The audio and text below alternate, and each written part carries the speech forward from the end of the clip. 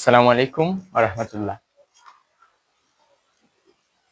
আজকে দুপুরে খুবই মর্মান্তিক, হৃদয় বিদারক একটা ঘটনা ঘটেছে। জুলাইয়ের স্পিরিট ম্যান, গণঅভ্যুত্থানের সুপারলেটিভ পাওয়ার ম্যান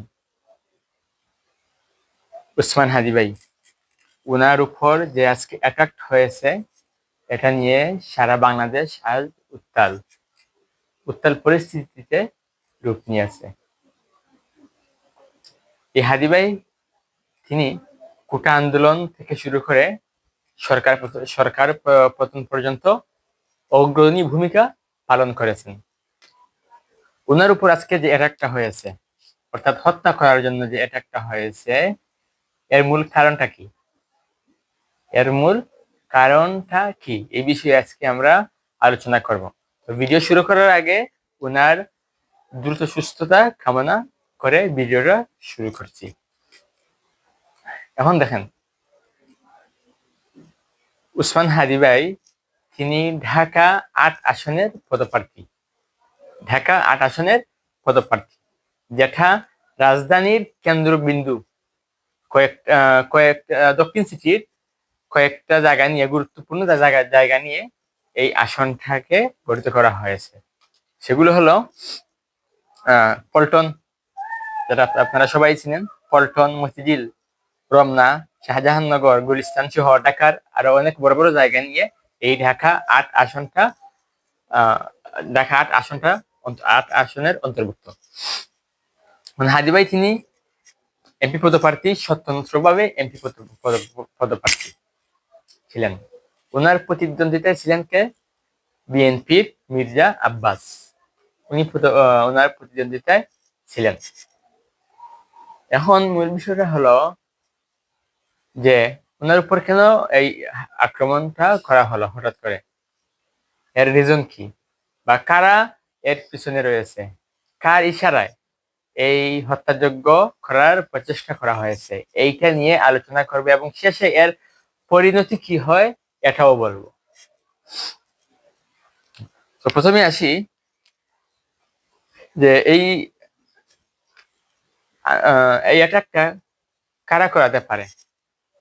যদি ধরা হয় বিএনপিকে, যে উসমান হাদি ভাইয়ের উপর এই অ্যাটাকটা বিএনপিরা করতে পারে, যদি প্রশ্ন তোলা হয়, তাইলে এর উত্তরে বলবো যে বিএনপি এটার মধ্যে জড়িত নয়। হয় কেন? যে দেখেন, এই ৮ আসনে আওয়ামী লীগ তো নেই, জামাত এখনো প্রার্থী দেয়নি, শুধু বিএনপি প্রার্থী দিয়েছে, আর অনেক স্বতন্ত্র প্রার্থী হয়তো আছে। তো বিএনপি অনেক একটা বড় দল, পলিটিক্যাল সিচুয়েশনে ওনারা অনেক এগিয়ে। ওনাদের কাছে ওনাদের যে যত সমর্থন আছে ঢাকা ৮ আসনে, সেখানে তো হাদি ভাইয়ের সমর্থন খুবই কম, একেবারে মাইনরিটি, খুবই কম। তো বিএনপি মির্জা আব্বাস কর্তৃক হামলা করিয়ে কেন ওনারা নিজেদের প্রেস্টিজটা ড্যামেজ করবেন? এটা করবেন না। কারণ যেহেতু আওয়ামী লীগ নেই, হাদি ভাইয়ের লোক কম, তাহলে তো ইলেকশনে মির্জা আব্বাস বিএনপি সিলেকশনেই পাস। তো এখান থেকে এই জন্য বললাম যে এটা বিএনপির হাত থাকার সম্ভাবনা 99% কম। তারপরে আসেন জামাত। বিএনপি তো বললাম এর হাত নেই, হাত থাকতে পারে না, থাকলে 1% থাকতে পারে। এবার আসেন জামাত। জামাত তো এখনো প্রার্থী দেয়নি। জামাত কি চাইবে যে এই হত্যাযজ্ঞ করাতে? দেখেন, জামাত এখনো প্রার্থী দেয়নি, কিন্তু প্রার্থী তো দেবে। তো ওনাদের হয়তো প্ল্যান এরকম হতে পারে, এটা কি একটা প্রশ্ন, সরাসরি একটা অভিযোগ নয়, একটা রাজনৈতিক বিশ্লেষণ, পলিটিক্যাল অ্যানালাইসিস। তো জামাত যদি এই কাজটা করে, ওনারা সারা দেশব্যাপী আন্দোলন করবে এবং চাপটা দিবে বিএনপির উপর। আওয়ামী লীগ নেই, ওনারা চাপ দিবে বিএনপির উপর, যাতে বিএনপির যে সমর্থকরা আছে, বিএনপির প্রেস্টিজ সম্মানটা যারা নষ্ট করতে পারে এবং জামাতের ফেসটা পপুলারিটি করতে পারে, ডেভেলপ করতে পারে, জনগণের সামনে জামাতের গ্রহণযোগ্যতা বাড়াতে পারে, এটাও করতে পারে জামাত। এই অনুযায়ী জামাত এই হামলায় জড়িত থাকার সম্ভাবনা রয়েছে, কিন্তু বিএনপি নেই, এই হামলায় বিএনপি নেই, জামাত রয়েছে হয়তো। এবার আসেন আওয়ামী লীগ, যেটাকে নিয়ে অলরেডি দুপুরের পর থেকে, আক্রমণের পর থেকে যতটা মিছিল হয়েছে, দুপুরের পর থেকে অনেকেই, বেশিরভাগই আওয়ামী লীগের বিরুদ্ধে স্লোগান দিচ্ছেন যে এই কাজটা আওয়ামী লীগ করেছে। এবার আসি আওয়ামী লীগের বিষয়ে। আওয়ামী লীগ কি এই হত্যাযজ্ঞের সাথে জড়িত? দেখেন, যখন নির্বাচনের তফসিল ঘোষণা হয়, বাংলাদেশ নিষিদ্ধ আওয়ামী লীগ কর্মসূচি দিয়েছে 3টা। 11 তারিখ দিয়েছে, 11 ডিসেম্বর মশাল মিছিল, যেটা গতকাল গিয়ে গেছে, অর্থাৎ অতীত হয়ে গেছে। আর আজকে আজকে ওনাদের 3টা কর্মসূচি দিয়েছে, 11 ডিসেম্বর, 12 ডিসেম্বর এবং 13 ডিসেম্বর। আজ হচ্ছে 12 ডিসেম্বর, আর আমি কথা বলছি এখন 12 ডিসেম্বর রাত। আর ঘটনা ঘটেছে হাদি ভাইয়ের উপর এই আক্রমণটা আজ দিন দুপুরে ঘটেছে। তো আজকে আওয়ামী লীগের কর্মসূচি কি ছিল? যে সারা দেশে বিক্ষোভ মিছিল, প্রতিরোধ, প্রতিবাদ এবং বিক্ষোভ মিছিল। বিক্ষোভ বিক্ষোভ মানে কি? খুব রাগ দেখানি। যদি কোনো আওয়ামী লীগ তো বুঝছেন অনেক আগের সংগঠন, খুন করেও অভ্যাস আছে, সুপারি কিলার দিয়ে খুন করেও তাদের অভ্যাস আছে। এখন দেখেন, খুব যেহেতু রাগ, খুব মানে কি রাগ, যদি কারো মাইন্ডকে, ব্রেনকে রাগ বশ করে নিতে পারে, তাইলে হত্যা থেকে আরো বড় বড় কাজ করাতে পারে, বুঝছেন? হত্যা থেকে আরো বড় বড় কাজ গড়াতে পারে।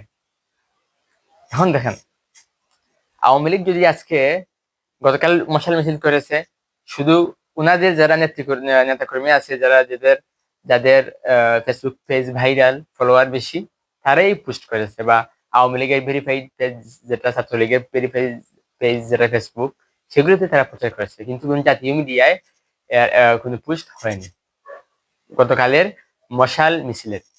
এখন আজকে ছিল ওনার বিক্ষোভ মিছিল, তখন যদি এরা মিছিল করতো, প্রতিবাদ করতো, প্রতিরোধ করার জন্য মিছিলে ঢেলে নেমে আসতো, তাহলে সেম অবস্থা হতো, মানে কেউই জানতো না, যেহেতু জাতীয় মিডিয়া যাবে না, ওনাদের সংবাদ প্রচার করবে না। তাই এই পয়েন্ট ধরে হয়তো আওয়ামী লীগ, দোষ দিচ্ছি না, বাট বলতেছি, হয়তো আওয়ামী লীগ যে এটাকে কিভাবে সারা বাংলাদেশে একটা ব্রেকিং নিউজ করা যায়, এই বিক্ষোভটাকে, এই প্ল্যান করে হয়তো হাদি ভাইয়ের উপর হামলা করিয়েছে, যাতে যাতে হাদি ভাইয়ের উপর হামলা করলে সারা বাংলাদেশ, আজকে যে কর্মসূচি, সারা বাংলাদেশ উত্তাল হবে, আর আওয়ামী লীগের বিক্ষোভের যে কর্মসূচি, এটা সফল হয়ে যাবে। এই পয়েন্টসটা ধরে আওয়ামী লীগকে এই দুষ্টা দেওয়া যেতে পারে, দোষ দিচ্ছি না, বাট দেওয়া যেতে পারে। এরা তো গোয়েন্দা পার্টি যারা আছে, পুলিশের যারা লোক আছে, এরা তদন্ত করে, সঠিক তদন্ত করে বের করবেই। একটা অ্যানালাইসিস এলা আওয়ামী লীগের বিষয়। এবং মনে রাখবেন, আওয়ামী লীগের আর একটা কর্মসূচি রয়েছে আগামীকাল 13 ডিসেম্বর, যেটা লকডাউন। আর হাদি ভাইয়ের উপর হামলা হওয়ার কারণে ঘোষণা দেওয়া হয়েছে আগামীকাল সারা দেশে বিক্ষোভ মিছিল হবে, এর প্রতিবাদ মিছিল হবে। হাদি ভাইয়ের উপর যে হত্যার প্রচেষ্টা করা হয়েছে, এর প্রতিবাদ মিছিল হবে। এখন যদি আওয়ামী লীগ আগামীকাল লকডাউন যে কর্মসূচি দিয়েছে, এটা বাস্তবায়ন করার জন্য মাঠে নেমে পড়ে, এবং হাদি ভাইয়ের যত সমর্থক আছে, ছাত্র জনতা বা আরো যারা রাজনৈতিক দলের যত লোক আছে, যদি তারাও নেমে পড়ে, তাহলে এখানে এমন একটা সিচুয়েশন তৈরি হবে যে হত্যা বা আহত নিহত হওয়ার সম্ভাবনা থাকবে। এখানে থামেন, এই পয়েন্টসটা মনে রাখবেন। যদি কাল এরকম হয়, যদি আহত নিহত সংঘর্ষ হয়, এটাকে পুঁজি করবে, বলে কে করবে পুঁজি? বলে সরকার, ইন্টারিম গভর্নমেন্ট এটাকে পুঁজি করবে। কিন্তু কেন পুঁজি করবে সামনে যে নির্বাচন আছে, নির্বাচনকে পিছনে নেওয়ার জন্য। আর বলছি এর কারণ, এর ব্যাখ্যাটা দেখেন। ক্ষমতার লোভ কেউ ছাড়তে চায় না, ক্ষমতার লোভ কেউ ছাড়তে চায় না। বিগত আপনারা দেখেছেন আওয়ামী লীগ, শেখ হাসিনা একটানা 16 বছর ক্ষমতায় ছিলেন, ক্ষমতা ছাড়ার ইচ্ছা ছিল না ওনার। আর ইউনূস সাহেব তো এখনো 1 বছর 1.5 বছর হয়েছে, এত সহজে ক্ষমতা ছাড়বেন? ছাড়বেন না, এত সহজে ক্ষমতা ছাড়া ওনার মাইন্ডে নেই। উনি দেখেন, উনি আগামীকালকের ইস্যুটা নিয়ে, আওয়ামী লীগের কর্মসূচি এবং ছাত্র জনতার কর্মসূচি নিয়ে উনি সরকার ওয়েট করতেছে যে কালকে কি হয়, বা সরকারের কর্তৃক এই বিষয়টাকে সাজানোর জন্য অনেক চেষ্টা করবে, যাতে একটা আহত নিহতর একটা সংঘর্ষ করানো যায়। যারা কি ইস্যু করে সরকার নির্বাচনকে পিছানোর চেষ্টা করবে। যদি এরকম একটা সংঘর্ষ হয়ে যায়, সরকার বলবে যে এখন পরিস্থিতি আমাদের অনুকূলে নেই, প্রতিকূলে চলে গেছে, তাহলে কি করা যায়, নির্বাচন পিছাতে হবে, না হলে সাধারণ মানুষের জানমালের বা হিউম্যান রাইটস এর উপর আঘাত আসবে। তো মূল বিষয় এই হত্যাযজ্ঞের, হত্যার প্রচেষ্টার মূল বিষয়টা দাঁড়িয়ে যায় গিয়ে নির্বাচন নিয়ে, যে এটা 99% হবে নির্বাচন পিছানো নিয়ে। এটা আপনারা মিলিয়ে নিবেন। এটা মূল কারণই হচ্ছে আজকে ঘটনার নির্বাচন পিছানো, এছাড়া আর কোনো কারণ নয়। আর আওয়ামী লীগও বলে, শেখ হাসিনাও বলেছেন একটা বিজ্ঞপ্তিতে যে আমাদেরকে ছাড়া দেখবো কিভাবে ইউনূস সরকার নির্বাচন দেয়। তো আজকের এই যে হত্যাযজ্ঞ, মর্মান্তিক হত্যাযজ্ঞ, যে হাদি ভাইয়ের উপর যে হামলা হয়েছে, সেটা উনার বন্দুকের যে বুলেট, সেটা চোয়ালের এদিকে গিয়া ব্রেইনে ঢুকে গেছে। অনেক কষ্ট, উনি বর্তমানে ঘুমায় আছেন, সবাই ওনার জন্য দোয়া করবেন। আর বাংলাদেশের এমন রাজনৈতিক পরিস্থিতি, মানুষের লাশ নিয়ে খেলা করে তারা, বাংলাদেশের রাজনীতি ব্যক্তিবর্গরা। কেমন দেশ, কি অভ্যুত্থান হলো? গণ অভ্যুত্থান হলো না, বৈষম্য দূর করার জন্য, দুর্নীতিমুক্ত দেশ করার জন্য। কই দুর্নীতি গেল? দুর্নীতি জায়গায় রইল। আর যে ছাত্র উপদেষ্টারা ছিলেন, যাহারা বলেছিলেন যে শেখ হাসিনা পতনের আগে বলেছিলেন কোন শিক্ষা প্রতিষ্ঠানে রাজনৈতিক সংগঠন থাকবে না, অথচ উনারাই সেই কাজটা করেছেন, রাজনৈতিক দল গঠন করেছেন। এমনকি তারা নিজেরাই রাজনৈতিক দল গঠন করে ফেলেছে। তো সর্বপ্রথম এই ছাত্রদেরই দোষ, অর্থাৎ যে ছাত্রদের বলতে বোঝাতে চেয়েছি যারা উপদেষ্টা হয়েছে, এরাই দুর্নীতির আসল মাস্টারমাইন্ড। তো সর্বোপরি ওসমান ভাইয়ের দ্রুত সুস্থতা কামনা করে বিদায় নিচ্ছি। আসসালামু আলাইকুম।